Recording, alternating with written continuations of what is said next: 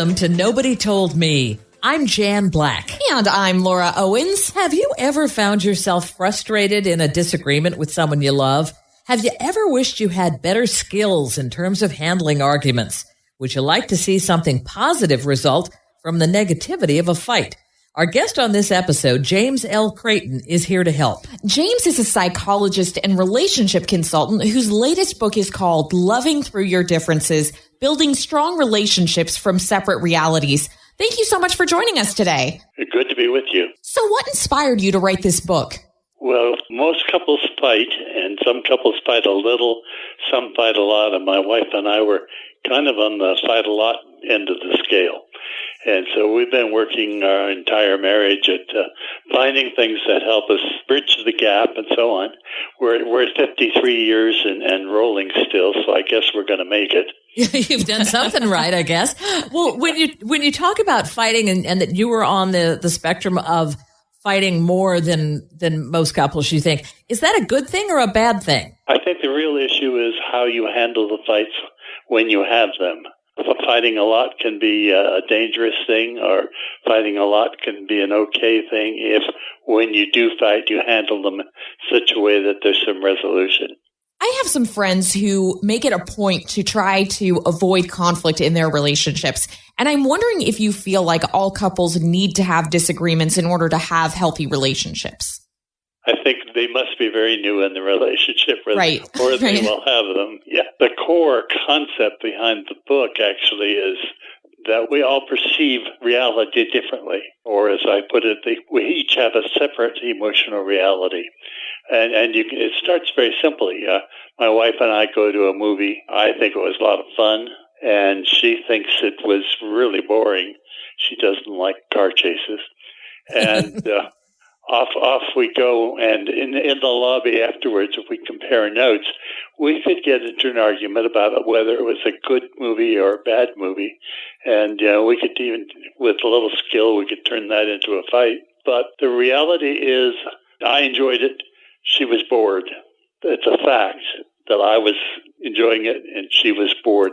We each experience life through our own lens, and our own lens is everything that has ever happened to us causes us to evaluate an experience, and we feel hurt by it or thrilled by it or rejected by it or whatever. But it's not really caused by that outside event. Otherwise, we couldn't have the same event and have two people with two different reactions. All of our feelings are a product both of the external event and the interpretation that we give to that external event. And that's what I mean by separate realities, is that no one else's reality will be exactly the same as yours. So the couples who are trying hard not to have disagreements, they will. Just wait. Well, don't we get into relationships with people because we think, oh, this person really understands me. They're exactly like me. They really get me. So at what point does it turn from that to being someone that doesn't see the world in quite the same way? Or has it always been that way and you just didn't acknowledge it? Well, that's certainly true that many couples get together because at last they found somebody in the universe whose reality is sort of like theirs. And so they make a big thing of the fact that they perceive life the same and actually feel almost more betrayed when suddenly the reality of he has one experience and she has another. Once that finally happens, now they're really scared because it's reared its ugly head. But the reality is that everybody perceives life differently than everybody else. We all have an individual emotional reality. And the reason that's important is because if you get into a disagreement and you're into this thing of everybody has to be alike, then the other person who now suddenly has different feelings and different experience, there must be something wrong with them, or they're bad, or they're making a fuss about something, or they're undermining you, or doing some evil interpretation of the other person, instead of it's just absolutely inevitable that two people will have different emotional experiences. And the challenge is to understand and learn from each other's differences rather than to judge the other person as a bad person because they're not perceiving it the way you perceive it. So then how do you resolve disagreements based on these different emotional realities? Well, of course, that's what the whole book is about. But the first skill, of course, is listening. And that seems to be at times the hardest of all. And we've spent some time in the book talking about a skill called active listening, where you actually summarize your understanding of what the other person's feeling and thinking and confirm it with them. But if you can't do that, and my experience is at times the last person on earth I can listen to at time is my wife and vice versa. Mm-hmm. And we use something called the 5-minute rule. The way the 5-minute rule works is either person can call the 5-minute rule, and once it's called, you stop whatever you're doing. All you can talk about is who goes first and flip a coin if you can't agree on that. And that person then gets 5 minutes to say whatever he or she wants, however they want, without any interruption, preferably without even any loud body language, and return for which you then switch and the other person gets 5 minutes. The reason it works is most of the time when we say we're listening, what we're doing is about every 20 seconds we're telling the other person they're wrong, they're bad, stupid, or crazy for feeling the way they feel, and so on. And 5 minutes without interruption is long enough that some of the heat and the steam goes out of it. I know about 4 minutes I'm beginning to bore myself. And if you still have to go around again, like you do another 5 minutes and so on, and it doesn't always end spectacularly. Sometimes it's just, well, I don't have anything more to say, or something like that. Yeah. That's still not a bad jumping off point for another discussion later or for a problem-solving session or something like that. But so the first part is really listening. And then the second part is sending feelings rather than judgments. Go back to that nice, simple example of the theater. If I say that was a really great movie and she thinks that's an awful movie, we're contradicting each other. If I say I really enjoyed that and she said I was really bored, both can be true at the same time. And this is true of most discussions. If what you send to the other person is judgment, in particular if it's a blaming judgment, you're off and running. You're going to start escalating because her response to his comment is always going to be to try to top it, and then he'll try to top her, and off they go. If instead you can get down to sharing actual feelings, hurt, angry, sad, frustrated, and so forth, you can allow the other person to feel differently than you do, even though your judgments may be different. So those are the beginning. There are some problem-solving steps that can help, but those are some of the first steps in being able to handle differences in a loving manner. You know, one of the things that you advise in the book that I found fascinating, you advise people not to use phrases like, I hear you saying, or if I understand you in an argument. And sometimes experts will recommend that people do that they sort of mirror the emotions being expressed by the other person. What's wrong with saying, if I understand you, or I hear you saying? Well, if you do it once, nothing's wrong with it, really. But if you do it as a steady diet, you're also saying, in effect, watch me do my technique thing. And if I really am feeling bad about something or hurt about something and so on, I don't want to be techniqued. So it calls attention to the listener is my big problem with it. You can do the same thing by just saying you're feeling hurt at such and such instead of, I hear you feel that. The experts are doing that because they want to remind the listener that the listener is still interpreting what the person said, but in my mind, it just gets in the way. It's real technique-y. It's way too California-ish. And the stronger the feeling and the more dramatic the situation, the more people don't want to feel like they're being techniqued. Yeah. Can you talk to us about the difference between I and you statements and why that's important? Okay. Well, this goes back to the feeling versus judgment thing and so on. But any statement that starts with you did this, you did that, so forth and so on, is blaming. And it's going to create defensiveness and so on. Even you made me feel still says the other person caused the feeling and is to blame. It's factual that I felt a certain way. That you made me feel that way is not necessarily factual. It's my interpretation that landed me with that feeling. We encourage people when they're trying to share feelings with each other to start with I feel and then fill in the blank with an actual feeling word. Hurt, angry, sad, frustrated, and so on. Now, the danger is, of course, they'll say, I feel you're a dirty, rotten so-and-so. Yeah. Just because you what I feel in front of it doesn't make it a feeling, or avoid blame and accusation. I felt hurt when you said such, but you hurt me when you did such as blaming, accusing, and off to the races. What can you do if your partner is someone who has to get his or her own viewpoints out and just doesn't want to hear your viewpoint? What's the first step? Well, that would be a good candidate for 5-minute rule. You can even let them go first if they have to. Mm-hmm. But this is a person whose feelings are strong enough that until they feel their feelings have been acknowledged, they probably don't have room inside to hear another feeling. And I mean that fairly literally. When I'm hearing somebody say something that's really upsetting, I have a sense that there's just not space enough inside to contain that. And when I'm doing a good job of hearing the other person and so on, it's like there's space inside, and I can hold their feeling without it endangering me. And so that would be my first thing is, if you can stand it, go ahead and let them go first and say their thing until they're completely through without interruption. And if you can, you could summarize what you understood that they are feeling and why. Other thing is, I would not assume that the feelings that people start with are where they're going to end up. Very often as people express their feelings, the feelings start changing and they move, and they may end up in a very different place than when they started. There's an advantage in just kind of letting them rip with whatever they got and concentrating particularly on where they end up. Do you think that all conflicts need a resolution? No, some of the conflicts that occur because of differences in perception are going to last for a while. They can begin to change. I remember a couple we had, he liked to go hunting with the guys. And whenever he got home, she would begin with questions. Did you do this? Did you go see so-and-so? And he began to feel like she was checking up on him and she was jealous and he'd feel controlled. And we began working on what other possible meanings to her behavior could there be. And he realized that what she was doing was acting like a person who felt insecure and not confident that she was loved. And with that change in meaning, his feeling began to change. But this is a resolution that took some months before he could kind of get to the point that he interpreted her behavior as, I'm scared, I'm frightened, I'm insecure, and so forth.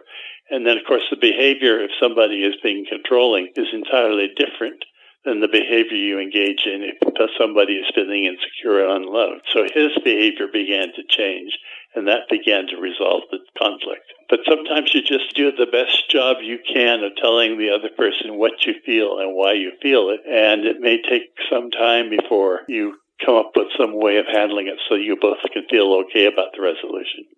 Jim, you've worked with couples for decades, and I'm wondering if you see differences now in the issues that cause tension in relationships compared with what you saw when you first got into this field? Well, certainly the roles, the role of women and the role of men has changed so that the things now aren't fought over that used to be sources of conflict. But you still got the old standbys of child rearing, money, sex.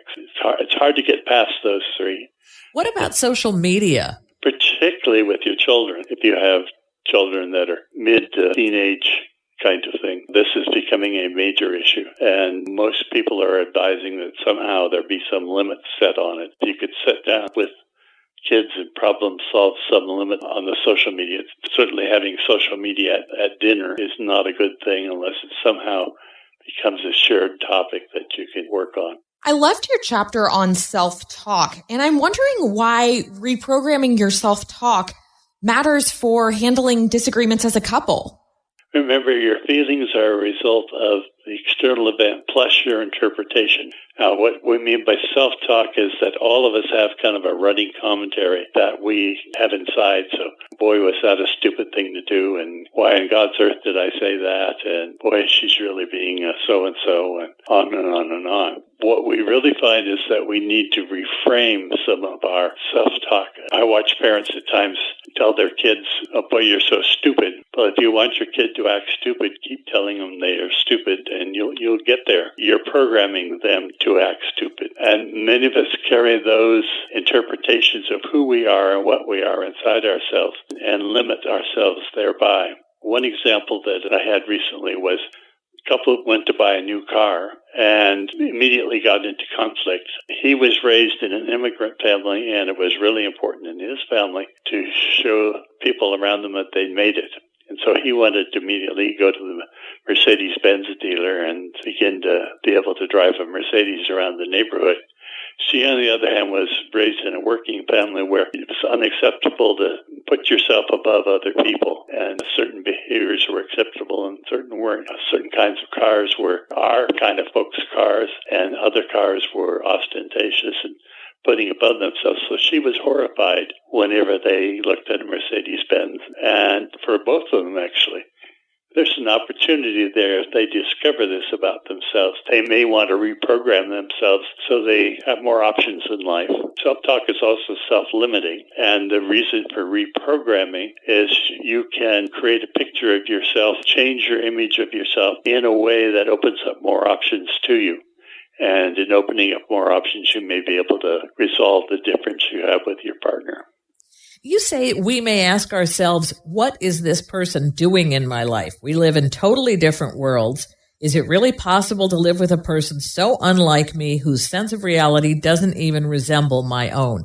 And I'm wondering what advice you have for someone in that situation who really feels totally separated from their partner. I would like them to go into depth as to what is causing the other person's differences with them. My experience is when you really begin to understand what it is and background and experience that causes people to feel the way they do, there's an empathy that grows that changes that.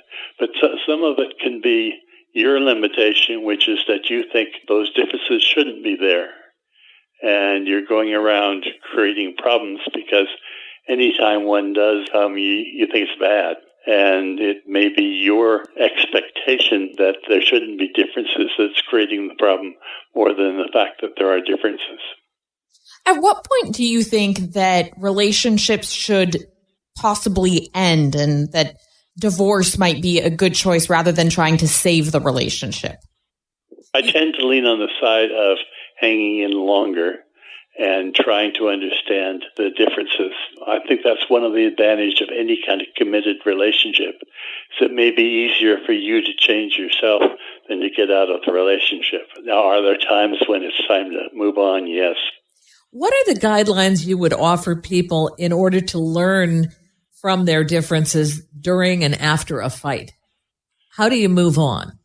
Okay, well, the big thing is to explore not just the differences, but why the differences are there so that you understand why his reality is what it is, and he understands why your reality is what it is. So when you go away, you don't just walk away with the differences. You walk away with some understanding of why the other person feels the way they do. You kind of can sit with that for a while, and the next time the issue comes up, you'll find it's changed somewhat. And sometimes it's gradual. Sometimes you keep revisiting the issue again and again and again, but it's changing each time. You say that you think it's beneficial for each person to read your book, Loving Through Your Differences, individually and then discuss it. Why do you think that is? Well, what I would love to have would be each person would read a chapter and then you could talk it over. And then at the end, go back through, and there are some things that are obviously assignment-y kind of things that you can do. For example, setting ground rules that are best done when both people understand where you're trying to get. What I don't think is as good, well, it's certainly not as good for just one person to read it, although I still think people will get quite a bit out of it. I'd love to have couples kind of work the book together. Do you think we stand a better chance of success in a relationship if our partner is a lot like us, therefore we don't have as many conflicts based on seeing the world from differing viewpoints? If the person grew up in the same culture or the same socioeconomic circumstances? It may be easier, but you may not learn as much. The differences contain kind of universes of meaning that you can go into and from which you can learn. So if you are always with a person that has exactly the same background and experience, you're probably not going to learn too much because they're just reinforcing the experience and values that you already have. If you run into somebody who has significantly different values, then together you've got to do some learning if you're going to stay together. What advice do you have if we have a partner who is already resistant to change and feels like they're right all the time and doesn't really see a need to change their conflict resolution strategy? Tough one. Leave the book around where they'll see it. Some bathroom reading. Yeah. Get a male friend to recommend it instead of a female friend, because that's one of the troubles. It's harder for guys to admit that they have issues or problems or something that needs to be worked on. I find one of the best times for learning is you've just had a fight and you're both feeling a little raw, and that seems to me to be a good time for let's work on this together or let's work on that together or developing agreements. When you're both still hurting a little, if you get to the point where everything's super okay, why should he change? But it is true that guys are more likely to avoid conflict than the women, although the research shows that they feel as strongly as the women do, but they just have developed a different coping behavior. And that's one worth mentioning. John Gottland, researcher at the University of Washington, has done a lot of research, including what he calls the pursuer-distancer phenomenon. And a pursuer is someone who, when she's upset, the only way she knows how to handle it is to express it, get it out, act on it, do something with it.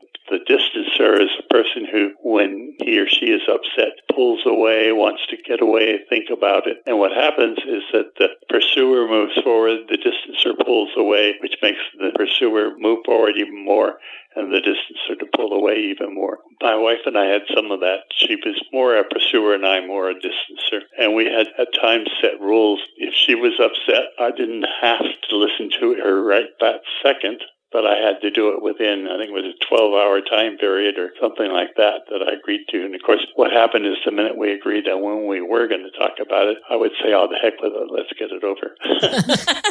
Sounds like good advice. So what would happen is, at first, it would be a kind of a control thing. I'm being controlled because I have to deal with her feelings whenever she has her feelings. And then the minute we've got a mutual agreement on it, then it's not a control thing anymore, and I'd rather get it resolved also. Interesting. You know, Jim, our show is called Nobody Told Me, and we always ask our guests, what is your nobody told me lesson? What is it that you've learned about marriage, relationships, love, life that nobody told you that you kind of wish somebody had told you about? Well, I wish somebody had told me that fights are inevitable. I was raised in a family where conflict was never done in the open, and as a kid, all I know is that the adults seemed kind of itchy, and I'd find out later on that that's what was going on with the fight. So I was surprised by how much fighting does occur. I think another thing, I was married before my first wife died quite suddenly. And after I remarried, about 6 months in, we were having an argument, and I suddenly realized we were having the same argument that I had with my first wife, almost word for word.